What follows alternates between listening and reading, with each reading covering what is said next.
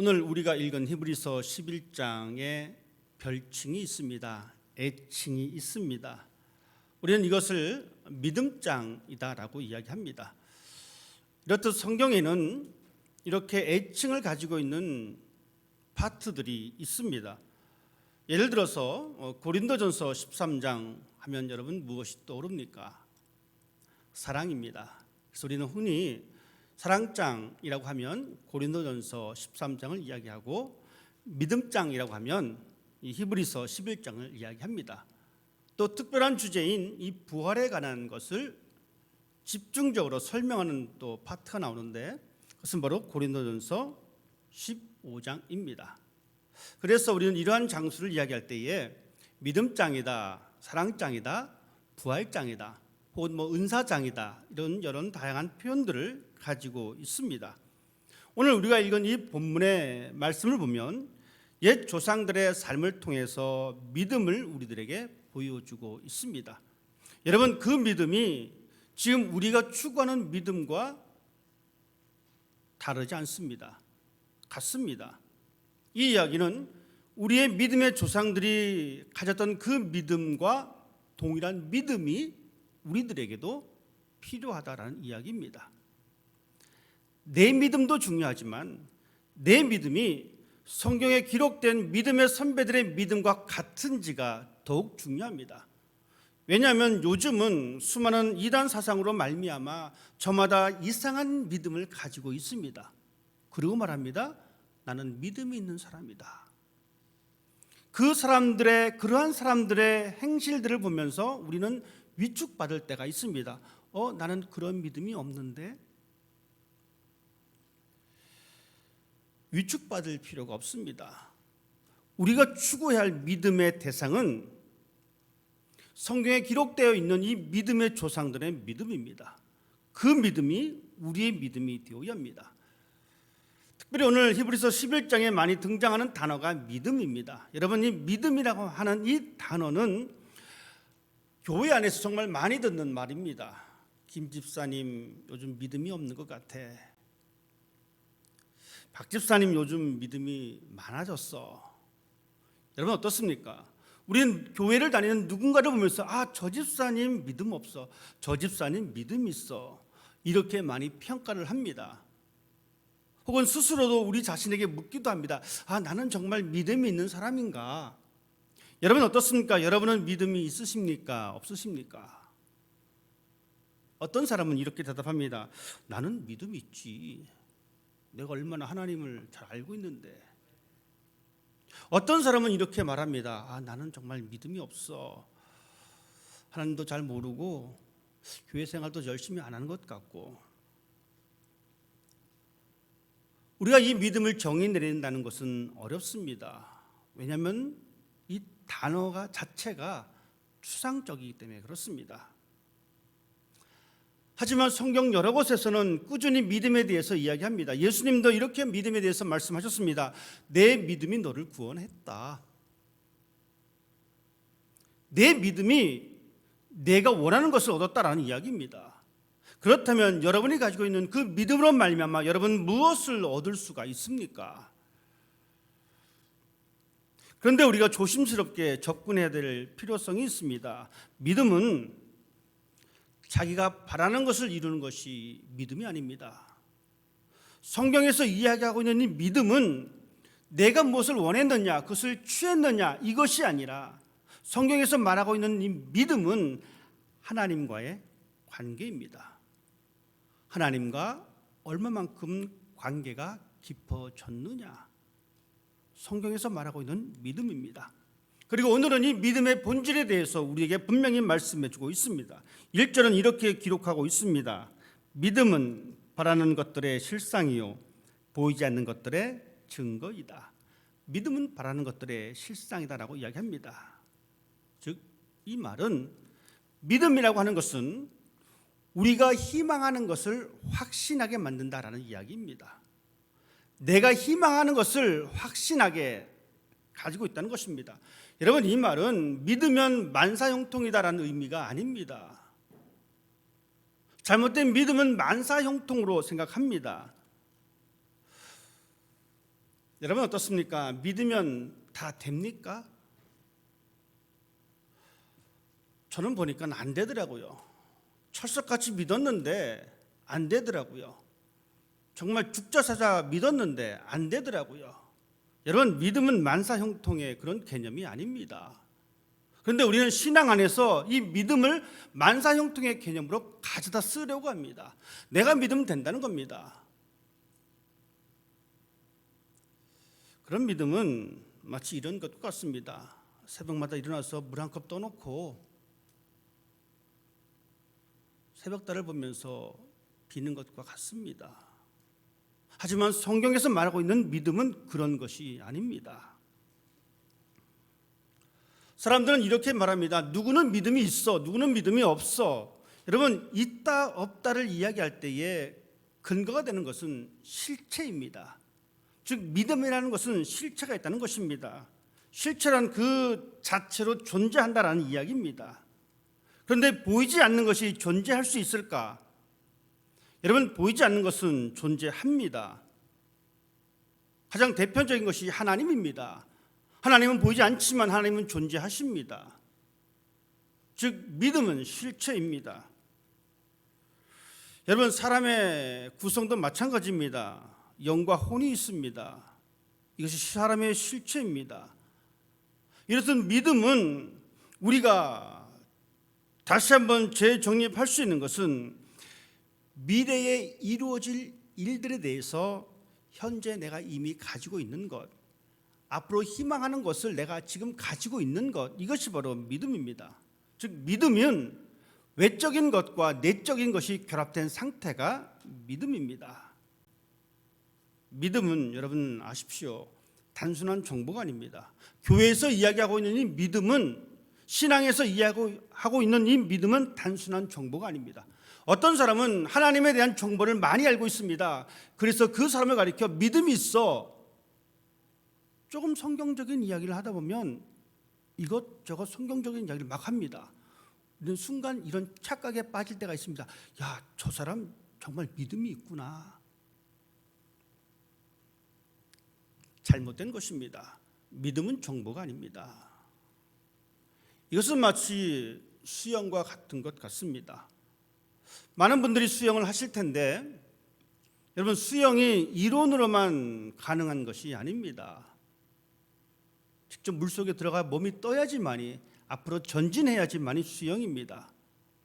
이론적으로는 이렇습니다. 한 팔을 뻗고 물을 당기고 왼팔이 다시 나가서 앞에서 물을 잡고 당기고 발은 계속 킥하면서 오른쪽 어깨를 들고 숨을 쉬고 하면서 계속 전진하는 것이 수영입니다. 이것은 여러분, 수영을 할 줄 모르는 사람도 이 이야기는 알고 있습니다. 양팔이 쉬지 않고 앞뒤로 전진할 때에 그것을 가리켜 수영이다라고 한다. 그렇지만 만약 그 사람이 물에 들어갔을 때에 그것들을 하지 못하면 그 사람은 가라앉을 수밖에 없습니다. 수영을 할 줄 안다라고 이야기할 수 없습니다. 믿음도 마찬가지입니다. 우리가 신구약이 66권으로 되어 있다, 내가 구약 파트에 어떤 것이 있다, 하나님의 말씀이 대충 이렇더라 라는 것을 귀동냥해서 들었다면, 여러분 그것이 믿음이라고 여러분이 자신하신다면 신앙생활 잘못하신 겁니다.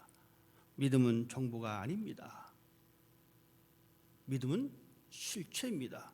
믿음은 무엇인가 존재한다는 것입니다. 오늘 히브리서 11장에는 믿음의 조상들의 그 상태에 대해서 우리에게 설명해 주고 있습니다. 이 사람들의 모습은 이렇습니다. 그들은 하나님의 약속을 끝까지 믿었던 사람입니다. 이 사람들의 모습은 이 죄악된 세상이 멸망할 것이라는 확신을 가지고 있었습니다. 그리고 이 사람들은 하나님의 정의가 이 땅에 실현될 것이라는 것을 믿고 있었습니다. 인생의 힘든 부분을 만났었어도 그들은 하나님을 떠나지 않았습니다. 여러분, 이렇게 믿음으로 산다는 것은 어렵습니다. 힘듭니다. 왜냐하면 이 믿음이 잘 표현될 수 없기 때문에 그렇기도 합니다. 또한 이 믿음은 보이지 않는 것을 또한 나타내기 때문에 이 믿음의 표현이 힘들기도 합니다. 우리가 살아가는 이 세상 어렵습니다. 전쟁 여전히 끝나지 않고 있습니다. 이 땅에 수많은 그리스도인들이 기도하지만 여전히 그 전쟁의 위험 속에 우리는 살아가고 있습니다. 폭력과 기근과 자연재해 속에 살아가고 있습니다. 이런 세상 속에서 여러분이 무엇을 보십니까? 이런 세상 망하고 말지. 나아지지 않는 세상 내 멋대로 살아야지. 이렇게 살아가십니까? 아니면 하나님 여전히 전쟁의 공포 속에 있습니다. 여전히 기근과 폭력의 그늘 속에 있습니다. 그럼에도 불구하고 저는 하나님을 믿습니다. 하나님의 신실하심을 믿습니다. 하나님께서 이 땅에 정의를 세우실 것을 믿습니다라고 하면서 살아가고 있습니까? 믿음이라는 것은 얼룩진 세상에서 우리의 육신의 눈으로 볼 수 없는 그 하나님의 손길을 바라보고 그래서 실천해 나가는 것이 바로 믿음의 삶입니다. 결국 믿음이란 그럼에도 불구하고 살아가는 것입니다. 그럼에도 불구하고 내가 주님의 길을 가겠습니다. 그럼에도 불구하고 내가 주님의 뜻을 따르겠습니다. 오늘 기록된 이 인물들을 보면은 그들은 마음으로 믿었던 그 믿음을 실체로 드러낸 사람들입니다. 아브라함입니다. 그는 믿음의 개척자입니다. 보지 못한 중에 떠났습니다. 바랄 수 없는 중에 그는 바랬습니다. 그리고 그는 드릴 수 없는 중에 가장 귀한 것을 드렸습니다. 여러분 어떻습니까? 아브라함은 그러한 삶의 모습을 하나님 앞에 보여주었을 때에 하나님께서 그를 믿음으로 인정해 주셨습니다. 아브라함과 사레 그리고 그의 아이들, 그의 자손들 이방인의 삶을 살았습니다. 평생 안착하지 못하고 떠돌이 삶을, 나그네의 삶을 살았습니다. 나그네의 삶을 살다 보니까 그들은 하나님께 매달려야만 했습니다. 15절 16절 말씀은 이렇게 기록하고 있습니다. 그들이 나온 바 본향을 생각하였더라면 돌아갈 기회가 있었으려니와. 그들은 충분히 자신들이 안정적으로 살아갈 수 있는 그곳을 돌아갈 수 있는 그 기회가 있었지만 말합니다. 그들은 이제는 더 나은 본향을 사모하니 곧 하늘에 있는 것이라. 이러므로 하나님이 그들의 하나님이라 일컬음 받으심을 부끄러워하지 아니하시고 그들을 위하여 한 성을 예비하셨느니라. 믿음의 조상들의 삶은 그들은 그들의 목적지에 도달하지 못한 삶이었습니다. 하지만 그 목적지를 향해 꾸준히 걸어갔던 사람입니다. 여러분 그 목적지가 바로 예수 그리스도이십니다. 우리의 인생의 목적지가 바로 예수 그리스도이십니다. 우리는 예수 안에서 우리의 인생의 여정이 완성됩니다. 그것이 바로 믿음의 삶입니다. 믿음은 추상적인 개념이 아니라 삶의 실체에서, 삶의 실존에서 나타나야 한 아주 중요한 요소입니다. 믿음은 바라는 것들의 실상이요 보이지 않는 것들의 증거이다라고 말씀해 주고 있습니다. 믿음은 삶에서 구체화됩니다. 우리가 추구해야 할 믿음의 모습이 그렇습니다. 그렇기 때문에 야고보 사도는 행함이 없는 믿음은 죽은 것이다라고 우리에게 말씀해 주고 있습니다. 우리의 삶으로, 여러분의 삶으로 교인, 그리스도인이라고 하는 이 이름 안에 살아가고 있는 이 모든 사람들은 이 세상에서 우리의 믿음을 증명해 내어야 합니다. 우리의 믿음은 어떤 믿음입니까? 여러분은 어떤 믿음을 이 세상에서 증명해 내고 있으십니까? 믿음은 떠남입니다. 떠나야 합니다. 하나님께서 아브라함에게 떠나라라고 하셨습니다. 물론 이것을 우리는 어떤 육체적인 떠남을 이야기하는 것이 아닙니다. 이 떠남은 과거와의 단절입니다. 옛 자아와의 단절입니다. 예수 그리스도 안에서 새롭게 된 우리의 모습이 있기 때문에 우리는 옛 자아와의 단절이 필요합니다. 옛 자아를 떠날 때에 우리의 삶 앞에서는 마치 아브라함처럼 굴곡된 삶이 있을 수가 있습니다. 과거에 누렸던 안정적인 것을 포기할 때, 내 욕심을 내려놓을 때 내 마음속에 갈등과 투쟁이 있을 수밖에 없습니다. 그렇지만 아브라함이 그 약속을 부여잡고 길을 떠났듯이 우리 마찬가지로 하나님의 성을 향해서 우리는 옛 자아와 이별이 필요합니다. 떠나야지만이 우린 새로운 세상을 만날 수가 있습니다. 여러분, 믿음은 떠남입니다. 내가 얼마만큼 옛 습관과 떠나고 있느냐. 또한 믿음은 기대할 수 없는 가운데 기대하는 것이 믿음입니다. 기대할 수 없는데 기대하라? 말이 좀 안 맞는 것 같습니다. 하지만 기대할 수 없을 때 기대하는 것이 또한 믿음이기도 합니다. 왜냐하면 이 믿음은 불가능을 가능케 하는 그 힘이 있기 때문에 그렇습니다. 아브라함의 아내 사라는 아이를 낳을 수 없는 상황입니다. 하나님께서 말씀하십니다. 너의 자손이 하늘의 별과 같이 바닷가의 모래같이 번성할 것이다. 이제 더 이상 임신을 할 수 없는 그러한 상태입니다. 기대할 수 없는 그러한 상태입니다. 그럼에도 불구하고 하나님 말씀하십니다. 그래서 우리들은 기대할 수 없는 가운데 기대할 수 있는 것. 하나님께서 말씀하실 때에 이 사라는 웃어 넘겼습니다. 아니 지금 내 상황이 이런데 이게 말이 되는 소리냐. 웃어 넘깁니다. 여러분 기억하십시다. 하나님의 약속은 웃어 넘길 상황이 결단코 아닙니다. 신실하신 하나님, 그 말씀하신 것을 이루시는 하나님이십니다. 그렇기 때문에 우리는 기대할 수 없지만 기대해야 합니다. 이것이 바로 우리의 믿음입니다. 왜냐하면 하나님의 말씀이 곧 실체입니다. 하나님의 말씀이 현실이 됩니다. 하나님께서는 우리에게 그 길을 약속해 주십니다. 때로는 우리가 살아가면서 그 삶의 시행착오가 있을 수도 있습니다. 그렇지만 하나님께서는 분명히 말씀하신 것을 이루시는 분이십니다. 또한 우리가 추구해야 할 믿음은 드릴 수 없는 중에도 드릴 수 있는 것이 바로 믿음입니다. 아브라함이 100세에 아들을 얻었습니다. 얼마나 소중한 자녀입니까? 하나님께서 이 소중한 자식을 바치라라고 말씀하십니다. 아브라함은 아침에 일찍 일어나 먼 길을 떠납니다. 3일 길을 걸쳐서 그 길을 갑니다. 드릴 수 없는 것 가운데 하나가 자녀입니다. 많으면 물론 이것도 말이 안 되지만 많으면 하나 없어진들 좀 다른 것으로 위로를 받겠지만 여러분 100세 얻은 아들입니다. 이것을 바치라?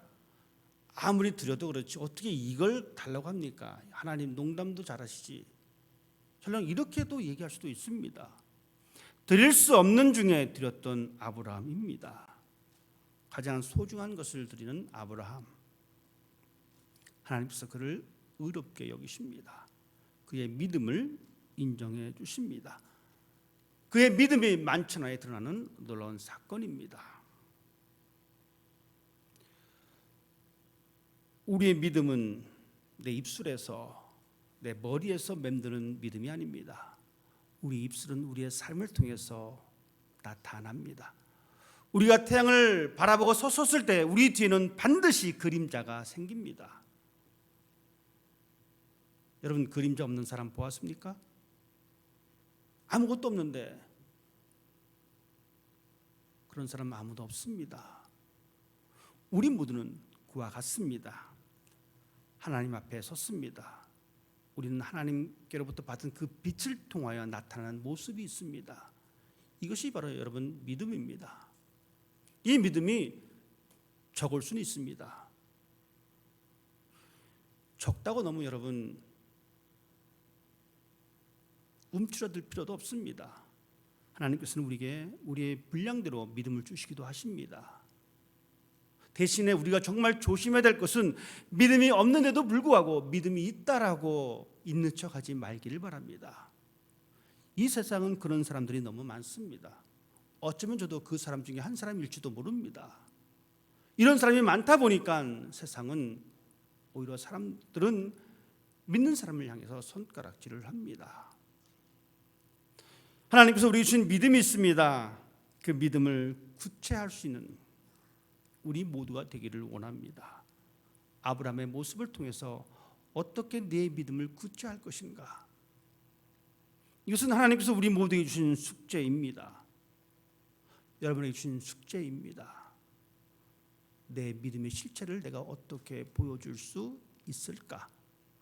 물론 이 시간에 이 자리에 피곤한 몸을 이끌고 나와서 예배 드리는 것도 우리의 믿음의 실체를 보여주는 한 가지 행위이기도 합니다. 이렇듯 우리는 여러 가지 많은 방법들을 통해서 우리의 믿음의 실체를 보여줄 수 있습니다.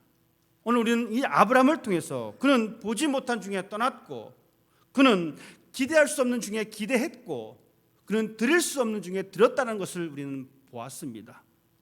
그렇다면 이제 여러분의 차례입니다. 이제 우리가 응답해야 할 차례입니다. 우리는 하나님께서 예비해서 주신 그 성을 향해서 나아갈 때에 우리에게 주신 이 믿음의 실체를 보여줄 차례입니다. 그 모습을 통해서 하나님께서는 우리에게 믿음이 있다라고 인정해 주십니다. 우리의 삶을 통해서 믿음을 구체화시켜서 믿음의 증언자가 되기를 바랍니다. 우리 모두가 하나님께서 인정하는 믿음의 사람이 되어서 이 세상에 어둠을 물리치는 예수 그리스도의 참된 빛이 되는 여러분의 삶이 되시기를 주님의 이름으로 부탁을 드립니다. 기도하겠습니다.